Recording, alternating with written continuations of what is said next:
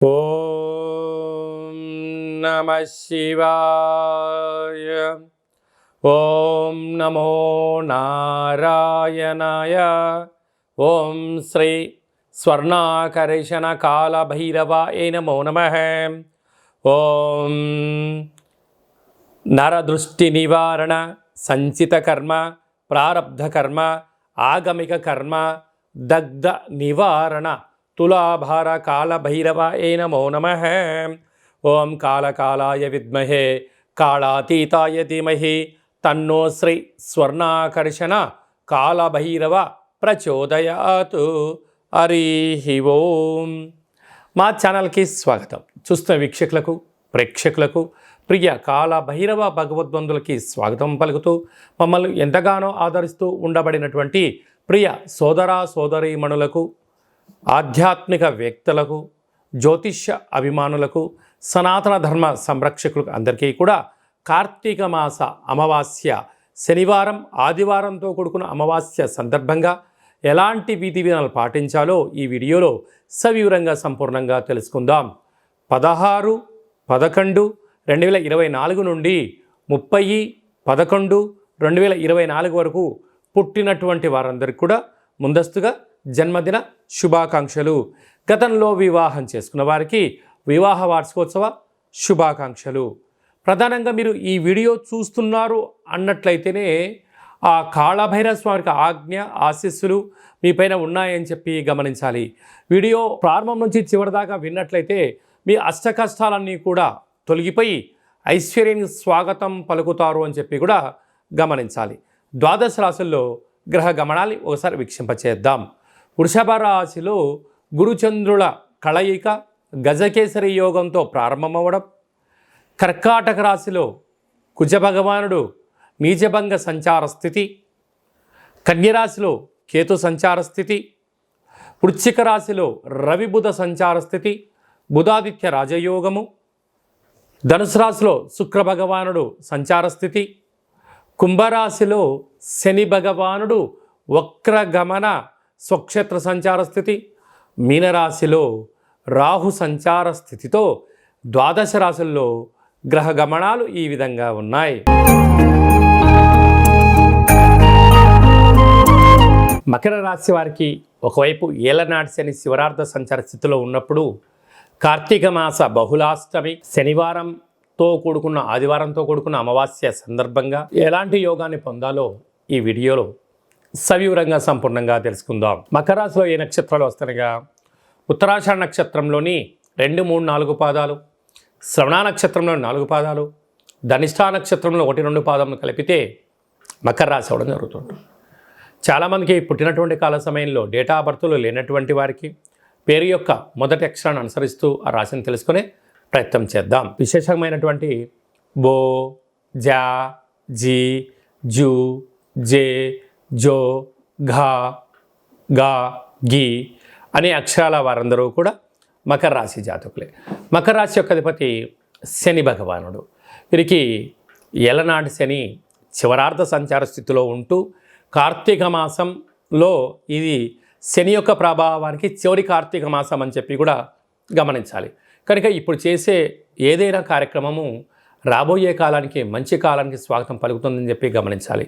వీరికి 2వ స్థానంలో శని, 3వ స్థానంలో రాహు, 5వ స్థానంలో గురు సంచార స్థితి ఉన్నప్పుడు వృత్తులలో, ఉద్యోగాల్లో, వ్యాపారాల్లో మంచి అవకాశాలు కనపడుతూ ఉంటాయి. వెళ్ళాలన్నా వెళ్ళకూడదా, చేయాలన్నా చేయకూడదా, చేస్తే ఏమవుతుంది చేయకపోతే ఏమవుతుంది అనేటువంటిది తర్జనాభర్జన జరిగేటువంటి కాలం ఇది. కొంతకాలము మీరు మౌనంగా ఉండడమే ఉత్తమోత్తమం. ఎందుకనగా సంవత్సరానికి చివరిగా రావడం జరిగింది. 2025కు మీకు మంచి కాలం రాబోతుంది. అటు ఏప్రిల్ నెల నుండి శని భగవానుడు వెళ్ళిపోతున్నాడు కనుక కొంతకాలము మౌనంగా ఉండడం, డబ్బులను సమయాన్ని వృధా చేసుకోకుండా ఆరోగ్యం పైన దృష్టి సాధించడం వలన మంచి కాలం మీ సొంతమవుతుంది అని చెప్పారు. కుజుడు అష్టమంలో కర్కాటక రాశిలో నీచభంగ రాజయోగం ఉండడం వలన అమ్మాయిలు అబ్బాయిలకు దూరంగా ఉండడం, వీలైనంత వరకు ప్రేమ వివాహాలకు దూరంగా ఉండడం, అప్పులు ఇచ్చి పుచ్చుకునే వ్యవహారానికి ఇంకొంచెం దూరంగా ఉండడం, మీ జన్మ నక్షత్రం రోజున అష్టమి, చతుర్దశి, అమావాస్య తిథుల యందున యంత్రాలతో ఆయుధాలతో చెలగాటం పనికిరాదు. నీటి గండం, జలగండం, వాయుగండాలు దూరంగా ఉండే ప్రయత్నం చేయండి. కొద్దిపాటి ఆరోగ్య సమస్యలు మిమ్మల్ని కొట్టిబెట్టాడే పరిస్థితి చాలా అధికంగా ఉంటుందని చెప్పి గమనించాలి. లాభస్థానంలో బుధాదిత్య రాజయోగం ఉండడం వలన చదువు, ఏకాగ్రత, ధర్మబద్ధము, ఆధ్యాత్మికత, గురువుల యొక్క మాట వినడము, సక్సెస్ వారి యొక్క సూత్రాలు తెలుసుకోవడం వలన రాజయోగం మీ సొంతం కాబోతుంది.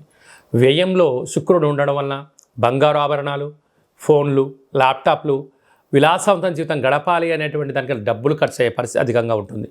ఇలాంటి కాల సమయంలో అష్టమి రోజున, అమావాస్య రోజున ఒక తెలుపు రంగు క్లాత్ కానీ, లేకపోతే నీలం రంగు క్లాత్ కానీ, లేదా అయ్యప్ప స్వాములకు కానీ వస్త్రాలు ఇప్పించడం, వీలైతే ఇంట్లో అయ్యప్ప స్వామి వారి యొక్క పూజా కార్యక్రమాన్ని చేయించి భిక్షను ఏర్పాటు చేయడం వలన సకల దోషాలు తొలగిపోయి ఐశ్వర్యము తొలగి ఆనందము ఈ మకర రాశి వారి సొంతం అవుతుందని చెప్పి గమనించాలి. ముఖ్యమైనటువంటి పండగల గురించి, తిథుల గురించి సవివరంగా, సంపూర్ణంగా, క్లుప్తంగా తెలుసుకుందాం. 23వ తారీఖున కార్తీక మాస బహుళ అష్టమి శనివారం రోజు సందర్భంగా కాళభైరవ స్వామివారి యొక్క స్వర్ణాకర్షణ కాళభైరవ స్వామి యొక్క ఆశీస్సుల కోసం కూష్మాండ దీపము, పూజ, దానము, సునకపు మహారాజు గారికి, పక్షులకు, పక్షిరాజు అయినటువంటి కాకిరాజ వారికి ఆహారాన్ని దానం చేయడం వలన శని దోషాలు, మృత్యు దోషాలు, అపమృత్యు దోషాలు తొలగిపోతాయని చెప్పి గమనించగలగాలి. 29వ తారీఖున మనకు మాస శివరాత్రి, 30వ తారీఖున శనివారము, అలాగే డిసెంబర్ 1వ తారీఖున ఆదివారం అమావాస్య. అంటే మాసాంతము, అంటే కార్తీక మాస పాడ్యం నుండి చివరి వరకు అందరికీ దీపం పెట్టడం కానీ, అభిషేకం చేసుకోవడం కానీ, సాలగ్రామ దానం చేయడం కానీ, దీపదానం చేయలేని పరిస్థితి కొందరికి ఉన్నప్పుడు ఈ అమావాస్య రోజున మనం చేసేటువంటి పూజ, యజ్ఞము, యాగము, అభిషేకము, దానము, మంత్ర స్మరణ వలన అద్భుతమైన యోగం కలుగుతుంది అని చెప్పి గమనించాలి.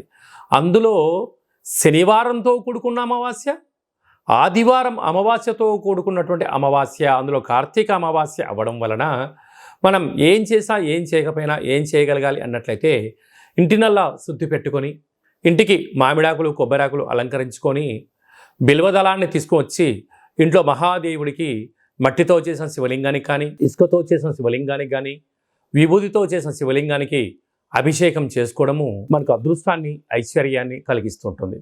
అనగా ఈ అమావాస్యను పోలి అమావాస్య అంటారు. అనగా మనకు ఒక 30-40 ఏళ్ళ కిందట ప్రతి ఇంట్లో కూడా పశువులు ఉండేటువంటివి, అనగా ఆవులు, బర్రెలు ఉండేటువంటి వంటిది.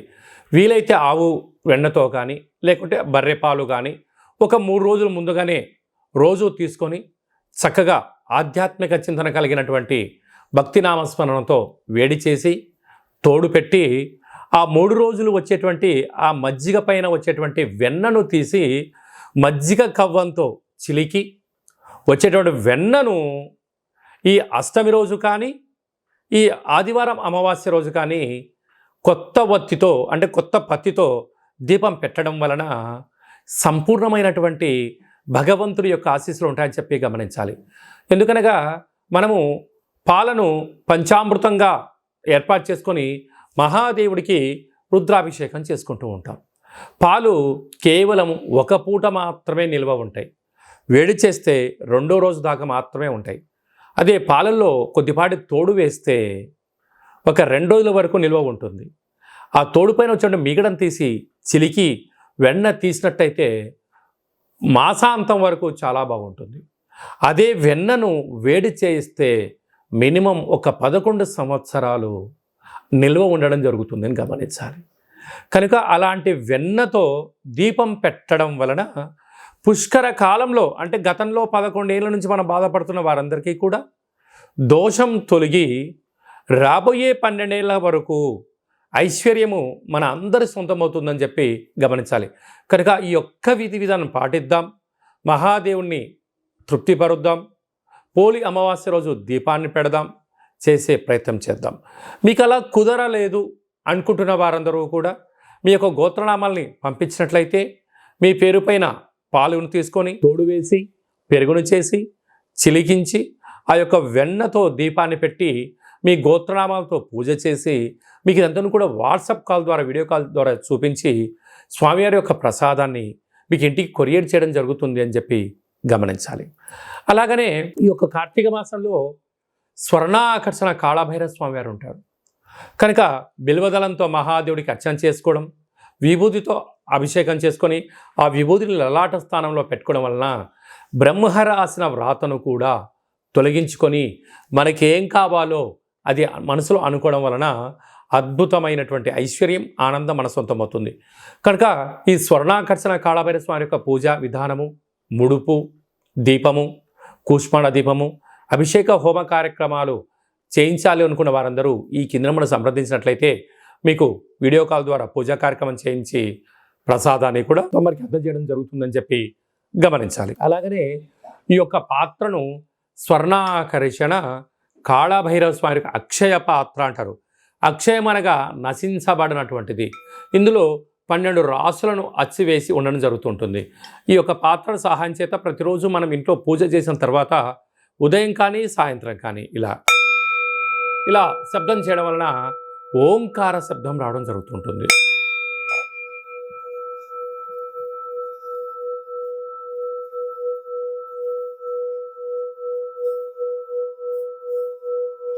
ఈ యొక్క ఓంకార శబ్దం రావడం వలన ఇంట్లో ఉండబడినటువంటి జ్యేష్ఠాదేవి బయటికి వెళ్ళిపోవడం, గ్రామంలో, రాష్ట్రంలో, దేశంలో సంచరించేటువంటి మహాలక్ష్మీదేవి అమ్మవారు గళ్ళు గళ్ళుమంటూ మన ఇంటికి రావడం జరుగుతుంటుంది. ఈ అక్షయ పాత్ర, ఓ కాళభైరవ స్వామి యొక్క పిరమిడు, డాలరు, కంకణము, ఒక 20 రకాల వస్తువులతో దిష్టి తీయించి మీకోసం ప్రత్యేకంగా పూజ చేయించి ఈ పూజా కార్యక్రమంతో కూడా వాట్సాప్ కాల్ ద్వారా మీకు వీడియో కాల్ చేయించి కొరియర్ ద్వారా తమకి అందజేయడం జరుగుతుంది. కనుక మనమందరం కూడా ఇంట్లో కాళభైరవ స్వామిని స్మరిద్దాం, అక్షయపాత్ర ఉంచుకుందాం, అష్ట కష్టాలకు స్వస్తి పలుకుదాం, అష్ట ఐశ్వర్యకి స్వాగతం పలుకుదాం. సకల దుష్టగ్రహాలు, నరదృష్టి, సకల కర్మ దోష నివారణ కలుగుతుందని చెప్పి గమనిద్దాం. స్వామివారి యొక్క అక్షయపాత్రను ఇంట్లో ఉంచుకుందాం. ఇంకనూ మనం విజయం సాధించగలగాలి అన్నట్లయితే అప్పు చేసైనా ఉప్పు తెచ్చుకొని భోజనం చేయమన్నారు. కానీ ఇప్పుడు ప్రస్తుత కాలమాన ప్రకారంగా అనేక రకాలుగా మనం అయోడిన్ ఉప్పని, శుద్ధి కలిగిన ఉప్పని చేస్తూ ఉంటాం. సైంధవ లవణం అంటే అదే ఇంగ్లీష్కి వచ్చే లోపల హిమాలయన్ పింక్ రాక్ సాల్ట్ అంటారు. ఈ రాక్ సాల్ట్ను, ఈ ఉప్పును దీపంగా ఏర్పాటు చేసుకొని ఆ దీపం అంటే ఒక టెంపరేచర్లో వేడి చేసి ఆ ఉప్పును గాలిలో కలపడం వల్ల ఇంట్లో ఆక్సిజన్ లెవెల్స్ పెరగడం, అంటే ఇప్పుడు అసలే మనకు చలికాలం కూడా ప్రారంభమవుతుంది కనుక ప్రధానంగా జలుబు సమస్య తగ్గడం, నెగిటివిటీ లేకుండా ఉండడం, అంటే 4 వైపులా పైన 30 అడుగుల మేరకు నెగిటివిటీ మన ఇంట్లోకి రాకుండా ఆపడం, ప్రశాంతమైన వాతావరణం కలిగి ఉండడం, అదే కాకుండా మనం ఏదైతే అనుకుంటామో దాన్ని విజయ సాధనకు ఉండబడిన ఆటంకాలు, అడ్డంకులు తొలగిపోతాయని చెప్పి గమనించాలి. పిల్లల చదువులు, అభివృద్ధి, ఉద్యోగము, వివాహము, సంతానము మనం ఏదైతే అనుకుంటున్నామో ఆ యొక్క ఉప్పు దీపపు కాంతి యొక్క ఆశీస్సుల వల్ల మనకు అద్భుతంగా జీవనం కలుగుతుందని చెప్పి గమనించాలి. కానీ మనం అందరము కూడా ఈ కాళభైరవ స్వామి యొక్క సైంధవ లవణ ఉప్పు దీపాన్ని ఇంట్లో పెట్టుకుందాం, కష్టాలను తొలగించుకుందాం, ఐశ్వర్యకి స్వాగతం పలుకుతామని చెప్పి గమనించాలి. అలాగే మీ వ్యక్తిగత జాతకం తెలుసుకోవాలనుకుంటున్నారా? మీ పేరు, పుట్టినటువంటి తేదీ, నెల, సంవత్సరం, సమయం రాసి మీరు వాట్సాప్లో పంపించగలిగినట్లయితే 100 సంవత్సరాల జాతకాన్ని వ్రాసి పంపించి మీరు పుట్టినప్పుడు గ్రహ గమనాలు ఎలా ఉన్నాయి, ప్రస్తుతం ఎలా ఉంటున్నాయి, రాబోయే కాలం ఎలా ఉంటున్నాయో తెలియజేయడం జరుగుతుందని చెప్పి గమనించాలి. చాలామందికి పుట్టినటువంటి కాల సమయంలో డేటా బర్త్లు లేనటువంటి వారికి మీ పేరు యొక్క మొదటి అక్షరాన్ని అనుసరిస్తూ రాశిని తెలియచేస్తూ గవ్వల ద్వారా అనగా రమణ శాస్త్రం ద్వారా భూత, భవిష్యత్, వర్తమానాన్ని తెలియజేయడం జరుగుతుందని చెప్పి గమనించాలి. కనుక అపాయింట్మెంట్ తీసుకొని సంప్రదించగలిగినట్లయితే మీ యొక్క జాతకాన్ని సంపూర్ణంగా చెప్పి మీ యొక్క గోత్రనామాలతో కాళభైరవ స్వామి దగ్గర దీపము, అలాగనే విశేషమైనటువంటి ముడుపు కట్టి మీకు వీడియో కాల్ కూడా చూపించడం జరుగుతుందని చెప్పి గమనించాలి. మీ భార్యాభర్తలు తరచుగా గొడవ పడుతున్నారా? జాతకంలో ఏమైనా దోషాలు ఉంటే ఇలా జరుగుతుంటాయి. కనుక ఎందుకు గొడవ పడుతున్నారు, ఎందుకు పోలీస్ స్టేషన్ల దాకా వెళ్తున్నారు, ఎందుకు కోర్టు సమస్యలో బాధపడుతున్నారో మీ యొక్క పేర్లలో స్వల్పమైన మార్పులు చేయడం వలన అద్భుతమైన ఆనందం కలుగుతుందని చెప్పి గమనించాలి. మీ అబ్బాయి కానీ అమ్మాయి కానీ తరచూ వివాహ ప్రయత్నం చేస్తుంటే అవ్వట్లేదా? ఎందుకు అవ్వట్లేదు? జాతకంలో ఎలాంటి యోగం ఉంది, ఎలాంటి దోషం ఉంది కూడా తెలుసుకుందాం. ఎవరికైనా కాళభైరవ మంత్ర స్వాదన ఎలా చేసుకోవాలి, చేసుకోవడం వల్ల సాధన చేయడం వల్ల ఎలాంటి ఫలితాలు ఉంటాయి అనేటువంటిది కూడా మన యొక్క దేవాలయంలో శిక్షణ ఇవ్వడం కూడా జరుగుతుందని చెప్పి గమనించాలి. అందరిపైనను శ్రీ స్వర్ణాకర్షణ కాళభైరవ స్వామికి ఆశీర్వాదాలు కోరుకుంటూ ఆశీర్వచనం. నమస్తే అస్తు భగవన్ విశ్వేశ్వరాయ మహాదేవాయ త్రయంబకాయ త్రిపురాంతకాయ త్రికాగ్నికాలాయ కాలాగ్నిరుద్రాయ నీలకంఠాయ మృత్యుంజయాయ సర్వేశ్వరాయ సదాశివాయ శ్రీమన్మన్మహాదేవాయ నమో నమః. శతమానం భవతి శతాయు పురుష సతేంద్రియ ఆయుష్యేవేంద్రియే ప్రతిష్టతి. ధనం ధాన్యం బహుపుత్రలాభం శత సంవత్సరం దీర్ఘమాయు. సర్వే జనా సుఖినో భవంతు, లోకా సమస్తా సుఖినో భవంతు. సర్వం శ్రీ స్వర్ణాకర్షణ కాళభైరవ దేవతార్పణమస్తు. హరి ఓం. ఈ వీడియో మీకు నచ్చినట్టయితే ఒక చిన్న లైక్ చేయండి, షేర్ చేయండి. మీరు ఎవరి క్షేమాన్ని కోరుకుంటున్నారో, మీ క్షేమాన్ని ఎవరైతే కోరుకుంటున్నారో వారందరికీ కూడా కాళభైరవ స్వామి వారి యొక్క ఆశీస్సులు కలగాలని కోరుకుంటూ ఫార్వర్డ్ చేసి హిందూ ధర్మాన్ని కాపాడండి, భగవంతుడి యొక్క ఆశీస్సులు పొందండి.